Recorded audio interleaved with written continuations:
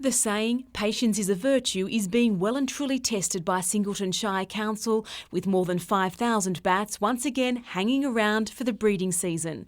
The pint-sized creatures have been blamed for damaging trees and leaving unwanted deposits in the park, and some locals want to see them gone. Scare tactics, including the use of noise devices, have done little to deter the nocturnal natives. The failed devices have cost Council $100,000, but it's looking to add to that cost, testing a new device called a bird fright, which works like a firecracker and has been used in Queensland and Victoria.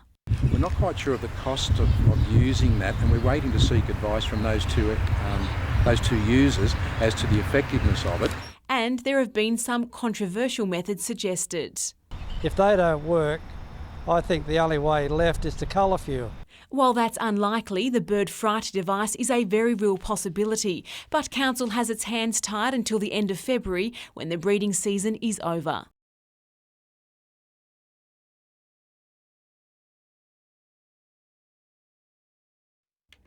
The temperature peaked in the high 30s today, but according to the RSPCA, the temperature inside a car could have been almost double that. Beachgoers stumbled upon this poor guy locked inside a car while his master was cooling off in the surf at Bar Beach, and it was obvious this pooch was really feeling the heat. We're a little bit disappointed to hear about that, and I guess the public should be aware, and hopefully are, that it gets very hot in cars and lethally hot within a few minutes. Unlike humans, most animals can't sweat to reduce body heat. Instead, dogs and cats lose heat by panting. But there is a limit to the amount of heat they can shed. And while the windows were partly down for this pooch, the RSPCA says the owner was still placing the dog in danger. It still is a lot hotter in a car with the windows down, although ventilation is improved. They still suffer from dehydration and exhaustion. Despite announcements over the loudspeaker by lifeguards, it took quite some time for the owner to return, some dog lovers doing their best to keep the pooch cool. He did eventually turn up and was given a major dressing down by angry onlookers and police.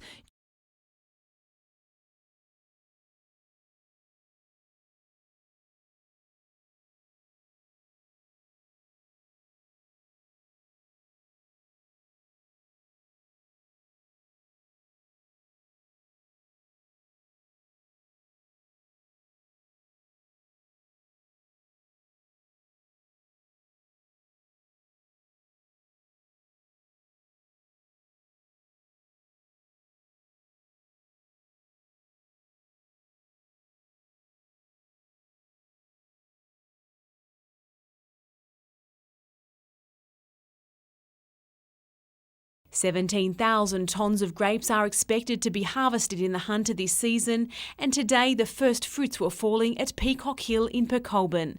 Workers made an early start to avoid the heat, but in the end it proved fruitless, with a temperature reaching 32 degrees by 9 o'clock. This boutique winery will collect between 15 and 25 tonnes of grapes this year, with today's pick to be made into bubbly. Good Beaumet, which is the sugar levels, great flavour. I think it's perfect for a sparkling base, Blanc de Blanc sparkling base. Shiraz and Cabernet grapes won't be ready for harvesting until February. Picking is expected to begin in earnest in the next 10 days to 2 weeks, depending on the weather. Hunter winemakers are hoping for mild conditions, unlike today's very hot temperatures. While a glut of grapes is making it increasingly difficult for some growers to sell their product, George Cyrus has adopted a simple strategy that's seen him utilise 100% of his grapes. I think it's a matter of know your market, make sure that you target that market, don't get too big too soon. I think if you create markets and then supply to the markets rather than create a supply and then try to sell it off. Colleen West, NBN News.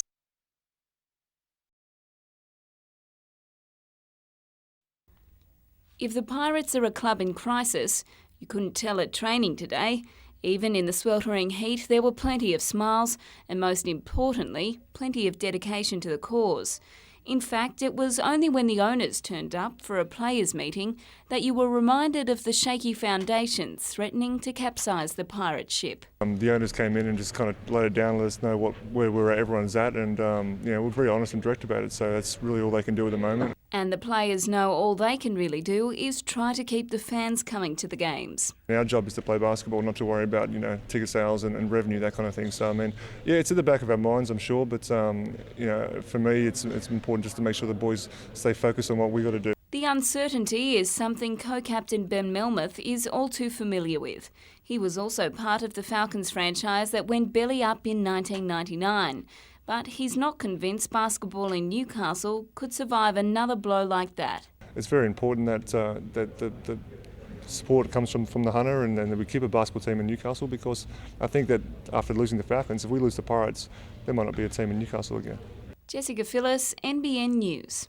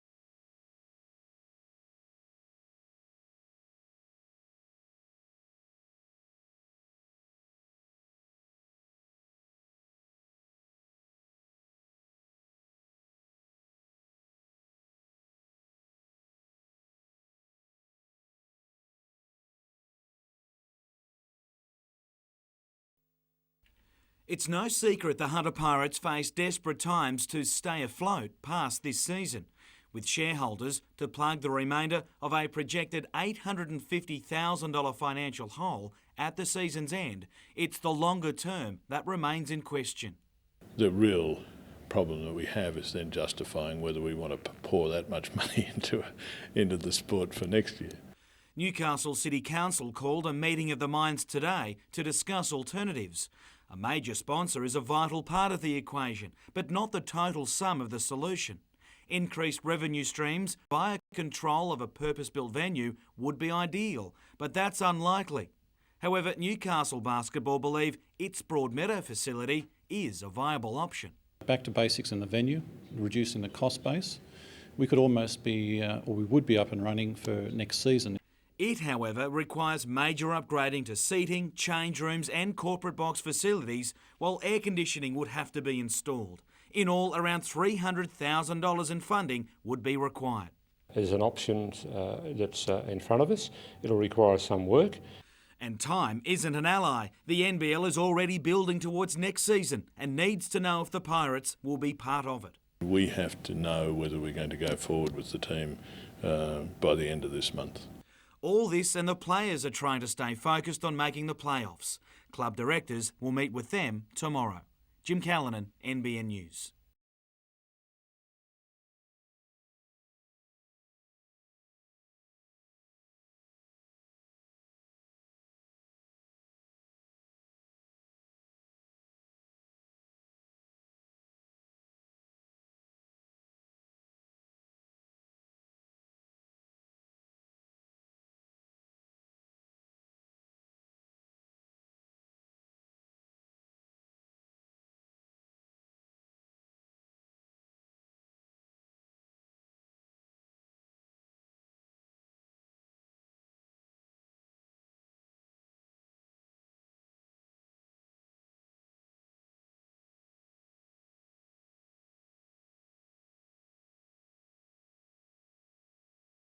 The acquisition of the Capri Plaza Hotel has put smiles on the faces of many Novocastrians as well as travellers. Purchased by the NRMA, the King Street building will remain a hotel rather than being developed into apartments as was planned. This is a significant investment by NRMA into the Hunter region. The purchase price is $11.75 million and $3 million in addition has been put aside for a refurbishment program. That refurbishment begins in February and is due to be finished by the end of the year. The hotel will be rebranded as the Travelodge Newcastle City and local businesses will benefit from the refurbishment. Firstly, with the $3 million refurbishment program, there are many businesses that will participate in that and they will directly benefit. And more importantly, we're looking to bring NRMA members from all over Australia to the Hunter region. Despite the acquisition, it is believed that the hotel's 40 staff will retain their jobs. The purchase is all part of the NRMA's bricks and mortar investment strategy, adopted after a $51 million loss in 2003.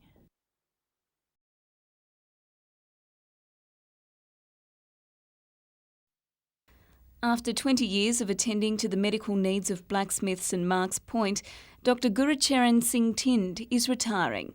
And at 72 years of age, it's a break that's well deserved. But the doctor is dreading January 31st as much as he's looking forward to it, because when his doors close, he knows his patients will have nowhere to go. I'm seeing still more than 150 patients a week, and 70% of them are old people. So worried is Dr Tind about his clients' welfare, he took it upon himself to find his own replacement. And while he's had quite a good response to an ad he placed in a medical publication, the federal government has rained on the parade by denying all interested parties applications for a provider number. Without one of those, they can't practice. Dr Tind's patients say the situation is unbelievable. Yeah, well, it's ridiculous. You know, Johnny Howard and his policies are killing Australia. And this, you know, for a number, they can't get a doctor here. You've got to wait 3 weeks to get into any other doctor, so what's the point? The Federal Health Department says applicants for provider numbers must satisfy a list of criteria and that priority is given to areas identified to be in desperate need. Jessica Phyllis, NBN News.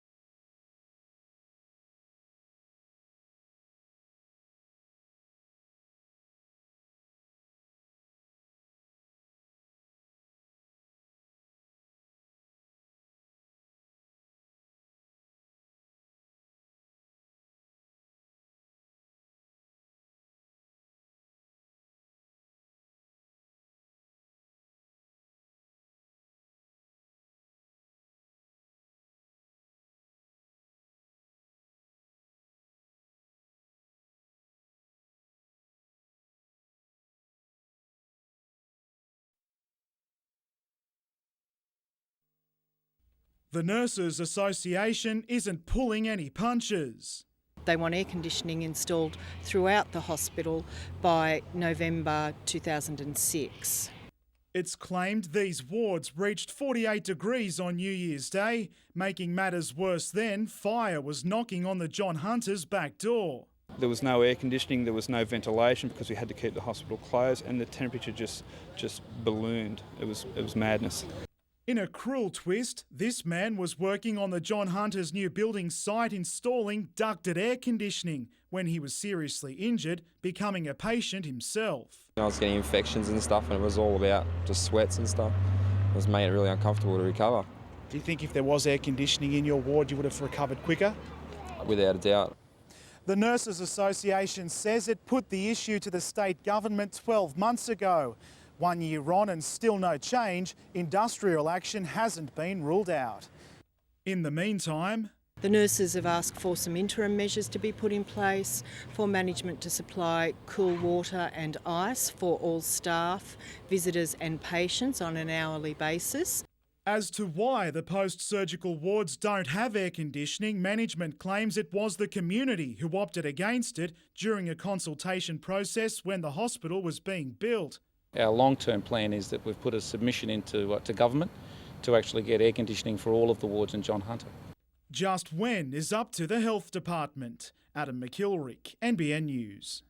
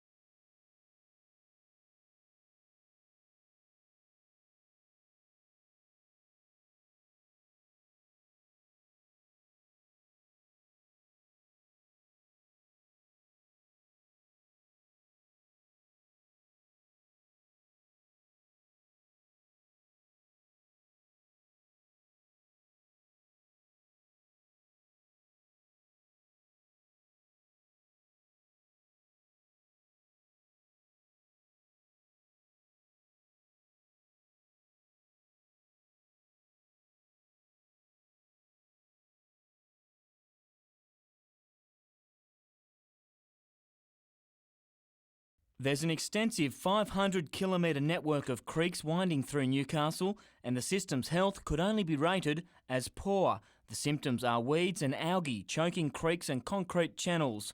In the city, 120 samples have been collected from creeks and wetlands. Of those, only 9 samples met acceptable national water quality guidelines. The monitoring results show that the creeks across the city are definitely experiencing some problems. The problems come from excess nutrients, especially high phosphate levels in our waterways. The worst example found during testing was the Ironbark Creek at Ellamore Vale, which has 50 times the environmental health standard level for phosphate.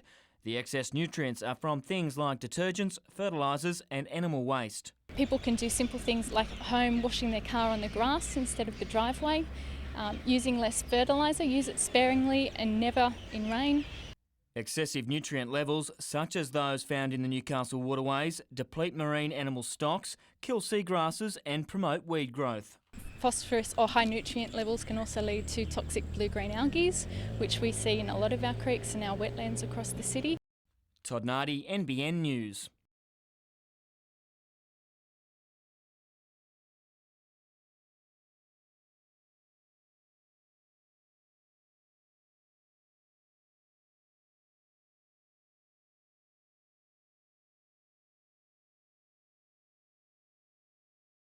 Occasionally we find frogs, but this was certainly the largest one we've ever found, and he was certainly very mobile and looking for a home after hitchhiking in.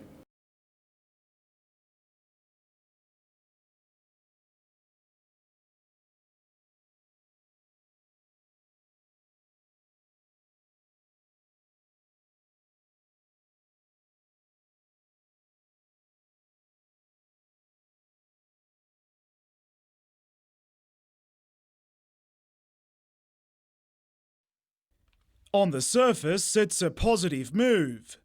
amalgamation of the several linen services, there will be savings of money. That will be injected back into clinical services. Pacific Linen at Cardiff is about to get more staff after Hunter New England Area Health announced it's going to close its other operation in Cessnock.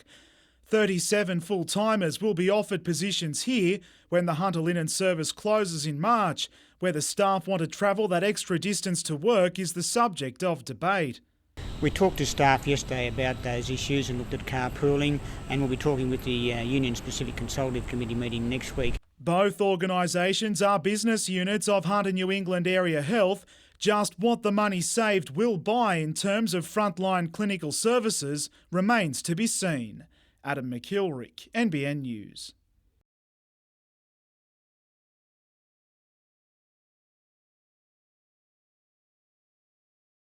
Unlike previous Thursdays, the Jets don't have to board the bus after training, with their away series of games behind them until the semi-finals anyway. From a playing perspective, I don't think it's hurt us because we were very successful on the road. But from a financial perspective, it has hurt us. An issue the Jets boss will no doubt be raising at the CEO's conference, along with a raft of others. Roster sizes, salary cap, length of competition, and a lot of other questions pertaining to the future. Richard Johnson is among those waiting for answers. His contract still up in the air as the Jets try to juggle next season's finances under this year's budget. Maybe FFA need to understand, and I think they do now, that clubs need to know what their salary cap is going to be for the following year that early. Otherwise you can't negotiate. On the field, New Zealand is the Jets' first item of business, the beginning of the end, with 4 games left in the season proper and all at home. The players think they can finish second, so that's where we're at, and now it's down to them. 2 suspensions have made way for Tarek Elrich on the bench and another long-awaited return. I haven't started at home since we played Perth, so it's been a while, but yeah, I had the illnesses and a couple of injuries, but I'm feeling really good at the moment, so I'm looking forward to it. Adam McKilrick, NBN News.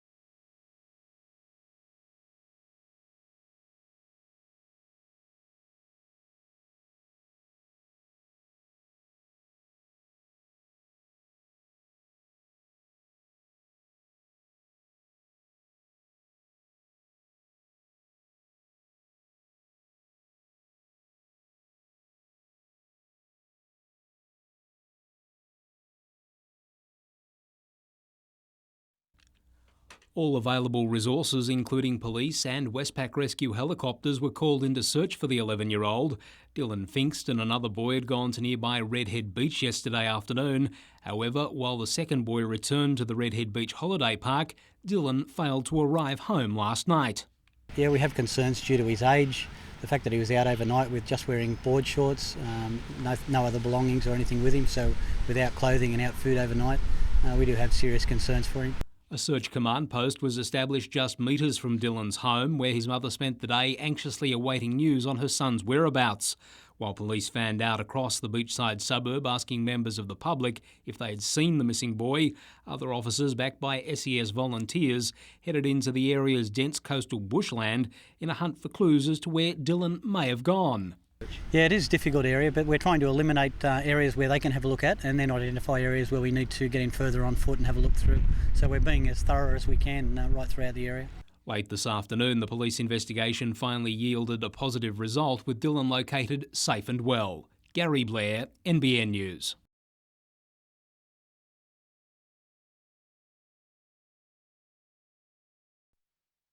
With the existing power supply failing to meet demand at the Bay, blackouts are a common occurrence and everyone agrees a new substation is needed. Energy Australia has this site on Stockton Road set aside for the project, but neighbours say there's got to be a better option than building in the middle of a residential area. we're going to lose value of our property. I have it from the valuer, $100,000. Nobody wants a substation in their back garden if there's an alternative, and there is an alternative, but it seems that that's being blocked by Port Stephens Council. They'd prefer to see the substation constructed next to the Tomaree Sports Complex on Nelson Bay Road, but that idea has been met with resistance by the local council, who, according to residents, claim to control the land with the view of turning it into more sports fields. This is the parcel of land at the centre of the battle. The residents went as far as contacting the Department of Lands to get it confirmed that it was in fact vacant Crown land. But now Port Stephens Council is denying ever having claimed ownership in the first place. Council's General Manager says an application seeking trusteeship of the Crown land was lodged back in 2002, and putting anything but sports fields on the site would be a waste of resources. We've built facilities, we've built other infrastructure there, which we would have to duplicate on another site, which obviously is an extra expense that the community would have to wear. Jessica Phillis, NBN News.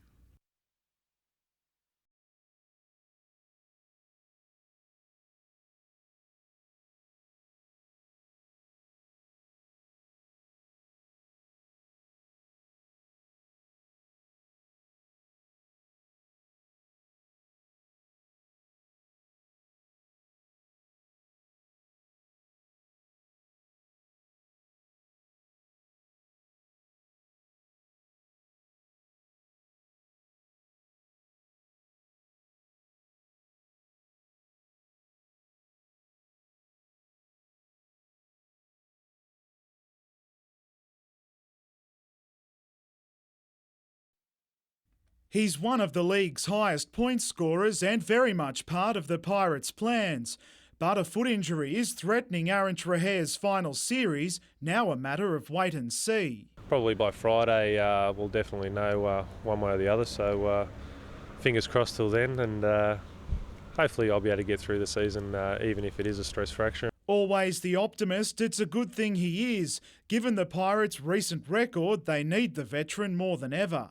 I guess I'll have to sit down with the physios and doctor and see whether or not I can maintain it and play for the rest of the season and miss out on training, which would be nice. Even better would be a win this Friday night at the expense of the Breakers. We're playing two teams that are below us on the ladder, so we expect to win those ones at home, and we'd like to finish our season off at home in Newcastle for our fans in a good way. It'll take more than wins on the court to ensure the club's future, though. The NBL today refusing to budge, giving the Pirates until Friday to come up with $300,000 in sponsorship. It's really not negotiable. It's a situation where we've got to get our fixture for next season set up and released to the club so they can start booking their venues. And we need to know how Hunter is travelling. Adam McIlwright, NBN News.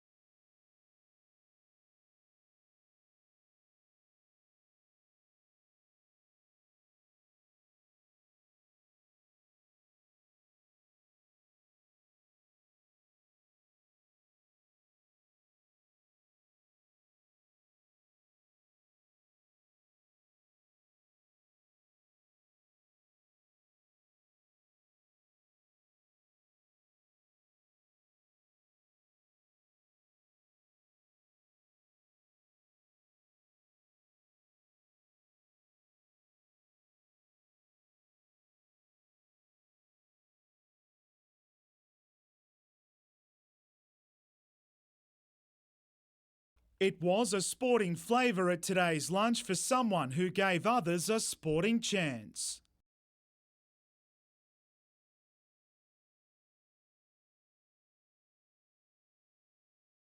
A man who gives the word humble a whole new meaning. I take it as a great honour. I'm not sure that I really deserve such an honour. A Bali bombing survivor who showed plenty of mental toughness, who, before today, hadn't spoken publicly about his experience. It was no different. There really wasn't anything exceptional about it. I just tried to coordinate the best of care for the victims.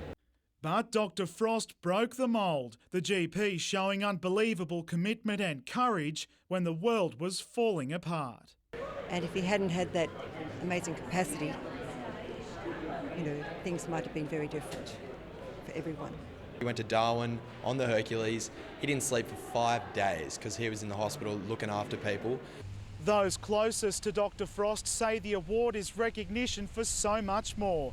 A man with community spirit and a team player long before the attacks in Bali.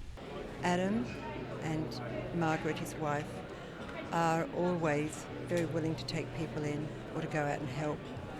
I've known that about Adam and Margaret before this event. It's really special and he really deserves it. Adam McKilrick, NBN News.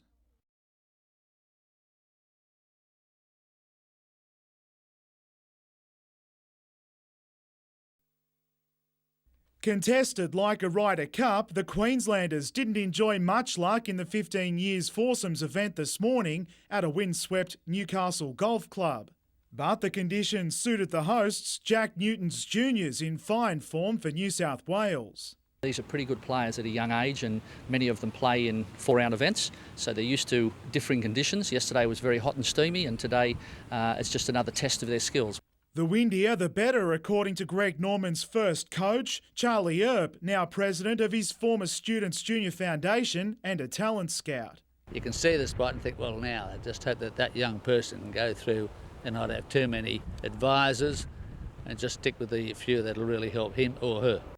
Surfing and Lane Beachley needs all the help she can get. Recovering from a back injury, the 6-time world champ is racing the clock to be ready for competition when the championship tour begins at the end of next month.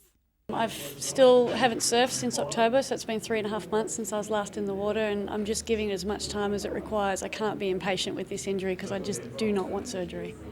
With Surffest's female competition still building towards a higher rating, Beachley won't contend this year's event. Adam McKilrick, NBN News.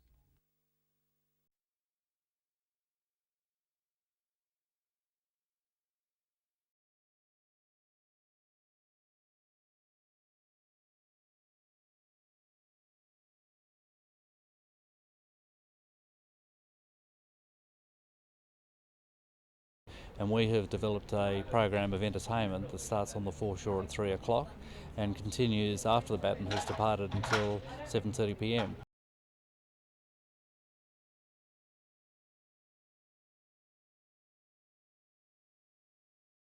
An unexpected phone call from the Prime Minister yesterday, and Bob Baldwin is still all smiles. While the finer details of his new position haven't been revealed, there's one guarantee: the father of 3 will be busy, and that's something he's quick to defend. It's great to have this honour bestowed upon me, but let me say, first and foremost, the people that count the most are the people of Patterson, and it will not affect the job that I do for them. He will work as the right-hand man for Industry, Tourism and Resource Minister Ian Macfarlane, helping develop government policies and addressing the needs and concerns of people in a range of industries. I think that we can work hard as a team with the whole of the Hunter and deliver extra benefits by way of jobs, extra income into the region, by making sure that we put policies that benefit not just the Hunter but the whole of Australia forward to the National Parliament. While he'll have an opportunity to promote Hunter coal in India on the weekend, Mr Baldwin also has his sights set on tourism promotion for Port Stephens, as well as securing contracts for the region's shipbuilding and repair industry. He'll step down from some other parliamentary duties to officially take up his role on Friday. Colleen West, NBN News.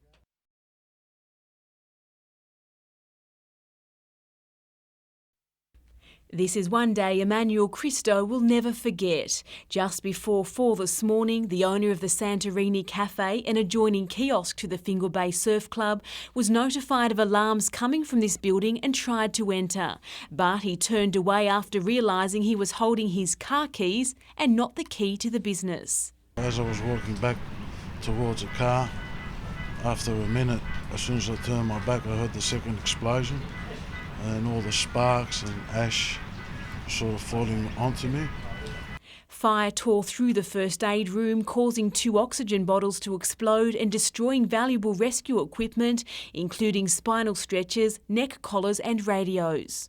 With a busy period coming up now, and we really need all our first aid gear, because we have to improvise because of this. And if something serious happens, we've got a problem. Part of the roof of the building was torn apart and debris thrown several metres. The damage bill is tipped to exceed $80,000. Police now want to speak to anyone who may have seen a group of young men near the scene this morning. Colleen West, NBN News.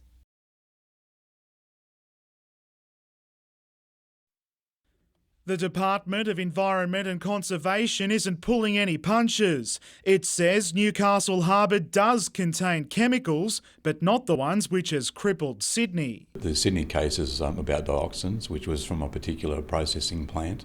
In Newcastle, they've just never been produced. So we have, from our past industries, a range of contaminants like heavy metals. BHP's presence made sure of that. However, the Fishermen's Co-op isn't concerned about the quality of the catch. We obviously have our fish tested and monitored fairly often by the authorities, and we have never seen any problems with contamination or pollution in our fish in Newcastle at all. Ian Craig says in Sydney's case, recreational anglers should be banned from fishing as well, just like the commercial operators.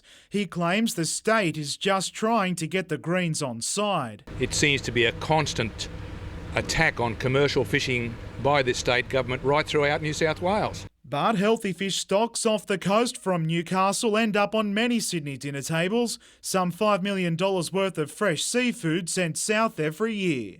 Adam McIlrick, NBN News.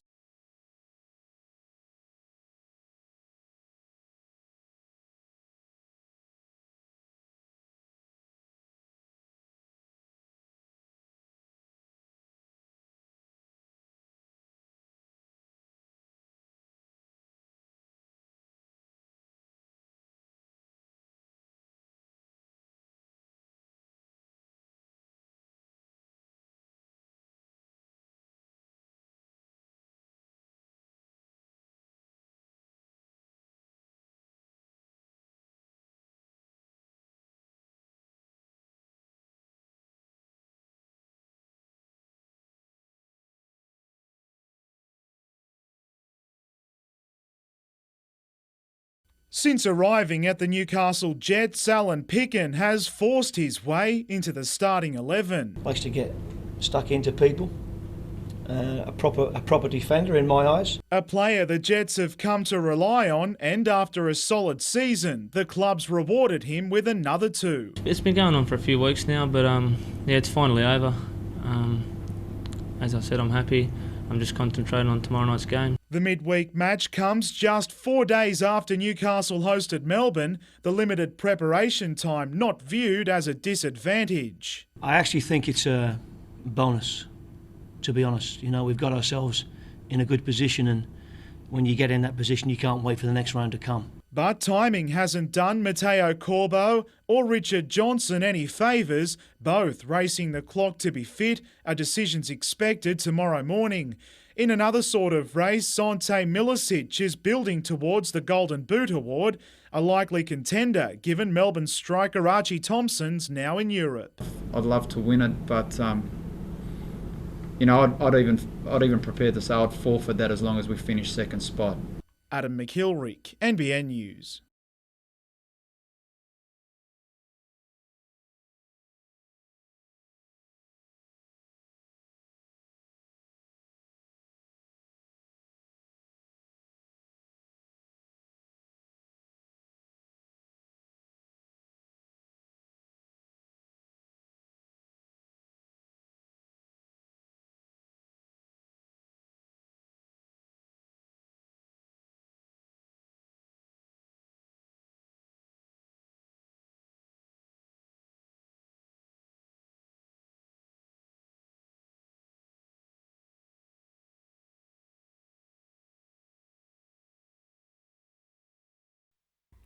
This piece takes the concept of waxing your board to a whole new level.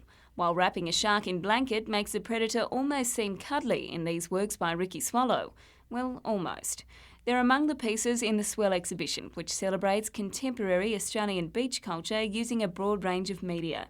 Novocastrians in particular will recognise the incredible Merriweather beachscape by John Earl, but this earthenware from the renowned Hunter artist puts a whole new perspective on his recognisable style of painting. Michael Bell is the brother of famed Newcastle artist John Bell, but this depiction of Horseshoe Beach in the harbour shows talent runs in the blood. And who would have thought dead sea creatures could be so beautiful? Maria Cardozo used preserved seahorses to create these stunningly simple masterpieces. Keeping with the sunny beach theme, the Cancer Council will be running weekly melanoma information sessions each Sunday in the gallery foyer. And we think by holding these seminars outside of your traditional health venues that we might reach some of those residents who may not actively seek information about health. Jessica Phyllis, NBN News.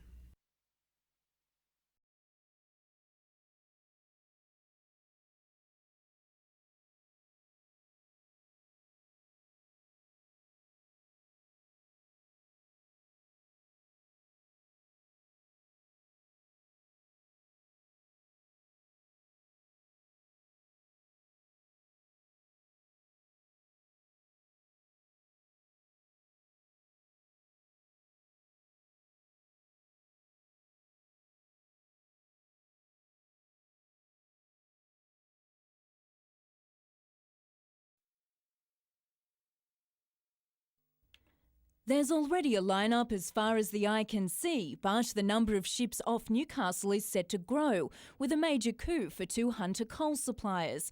In fact, another 8.84 million tonnes of Hunter Valley coal will soon be leaving our shores, destination Mexico. I think it really highlights that we have coal of a quality that the world wants to source. It's the nation's biggest ever export deal with Mexico. Xstrata and Rio Tinto's Coal and Allied will supply the Mexican Federal Electricity Commission with coal from next month until August 2007. Coal itself is a major generator for economic growth and for jobs for the Hunter, and we're talking about additional coal loaders in those facilities here. A statement from Coal and Allied today read that we're very pleased to have secured the tender in competition with a strong field of international suppliers.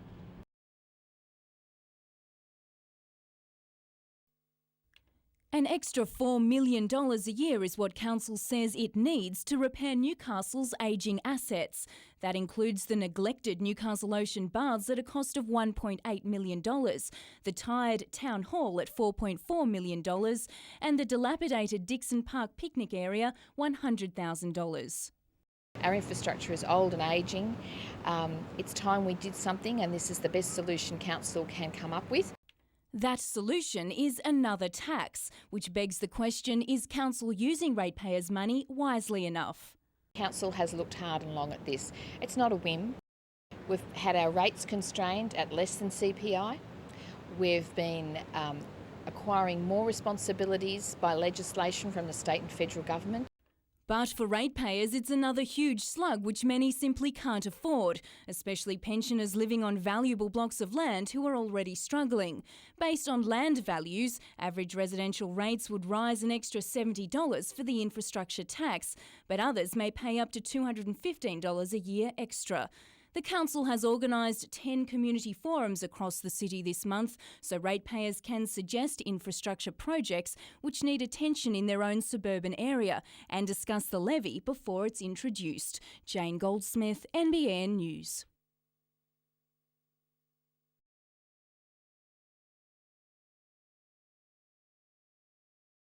With their unusual song and unmistakable black and white plumage, the aptly named magpie geese have well and truly settled back into our region. 20 years ago, the species was facing extinction in southern parts of Australia because of hunting and overdevelopment. But an initiative launched by Shortland Wetlands back in 1989 has brought the honk back to the hunter. We introduced 90, we now have 150, so it has been quite a successful reintroduction program, and so to have more goslings born here this year is very exciting for us. In fact, the past 12 months has been exciting in many ways for the centre. Not only did it celebrate 20 years of operation, but it also recently picked up the coveted International Ramsar Award for Conservation Education. We have a partnership with the Department of Education and Training that now spans 20 years, and they are actually here present on our site as well every day of the week. So it really is a fantastic recognition for us. And while today is World Wetlands Day, the centre will celebrate with free entry on Sunday. Jessica Phyllis, NBN News.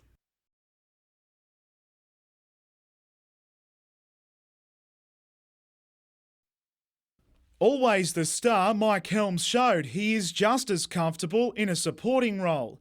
From point scorer to point prover, a fired-up Ben Melmoth rushed to the defence of Brad Davidson as the Pirates continued the chase. Enjoying a 4-point buffer at the break, Townsville's lead blew out to 10 before a third quarter fight back by the hosts. Mitch Selwood kept the trend going, one started by their gutsy American import, who finished with a team-high 30-point haul. So was a fouled Brad Davidson, prompting this spray by their coach. It sparked something in Josh Morgan. His first points came late to put Hunter in front. Russell Hinder also found range. The hard-working Ben Melmoth and Brad Davidson finished with 22 each. The Pirates home by 5. A numbers game they've won this time, but off the court, finances will dictate if they'll ever return.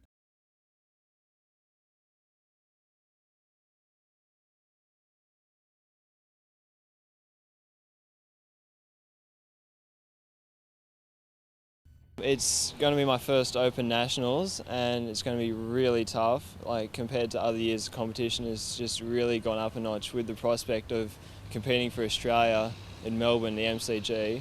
A lot of guys have come out and really knuckled down.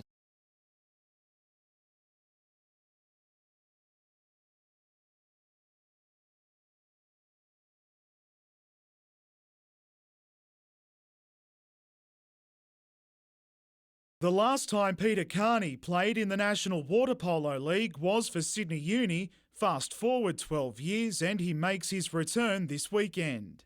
I've played with New South Wales country, but to play National League and have a National League team from the Hunter, Newcastle area is fantastic, and that's what I want to be a part of. The 40-year-old's been playing water polo longer than most of his teammates have been alive. Being the veteran, though, is a tag he's comfortable with. My age sort of brings up the average of the team, but yeah, I try and give them as much positive influence as I can, like being the older member of the team. A real case of mixing experience with youth, the Hurricanes have taken on board 3 Aussie junior reps for round 1 in Corey Eames, Ross O'Brien and Mace Rapsey. All are 16 and with plenty to look forward to. They're getting grandstands and everyone's got a uniform and we get to go away to Adelaide and Melbourne. Lucky enough to host Game 1 of the season, the Hurricanes play Brisbane at Lambton Pool on Saturday night.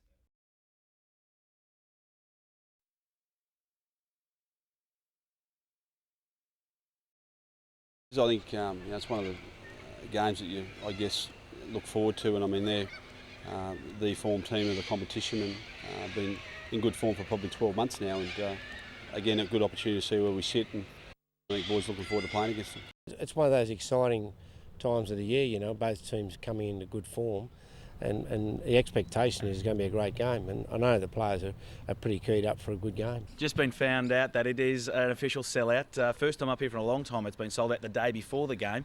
I guess you always knew there was going to be plenty of interest in this one. Yeah, definitely. We expected close to a sellout, if not a sellout. So, and the boys aren't worried. We love playing in front of big crowds, and it's something that sort of doesn't overawe us or anything. So the boys are looking forward. It's hard not to get excited about this game, isn't it? Yeah, great build-up all week, training-wise. The key matchups, they're all well documented. Joey's going to break a record for most appearances for the night. So it all leads to a big occasion. So it's about putting on a good show.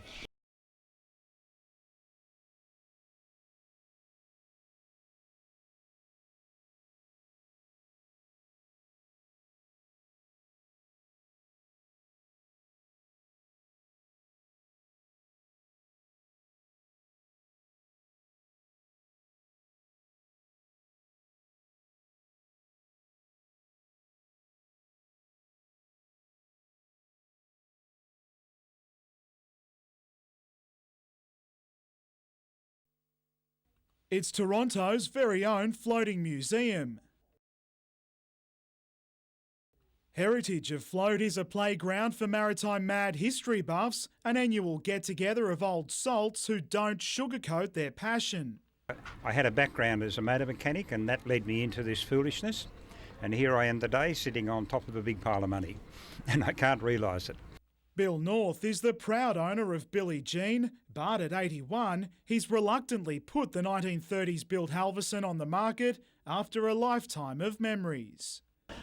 While I'm trying to sell it, I don't really want to in my heart sort of thing, you know. But I know I have to. Buying the boat is the easy part, keeping it going is another challenge altogether. I'm prepared to get pay for it somehow because I'm not a craftsman. From bygone boats to classic cars. You can always see where a Jaguar's been by the dribble of oil, but we enthusiasts love that. In this case, the trail led to Newcastle for Jaguar's National Rally, where judges critiqued the work of fastidious owners. We look to see that everything is authentic, it's in the same pristine condition as you would expect a brand new article to be. But years of keeping that showroom shine can, well, go to one's head. Adam McKilrick, NBN News.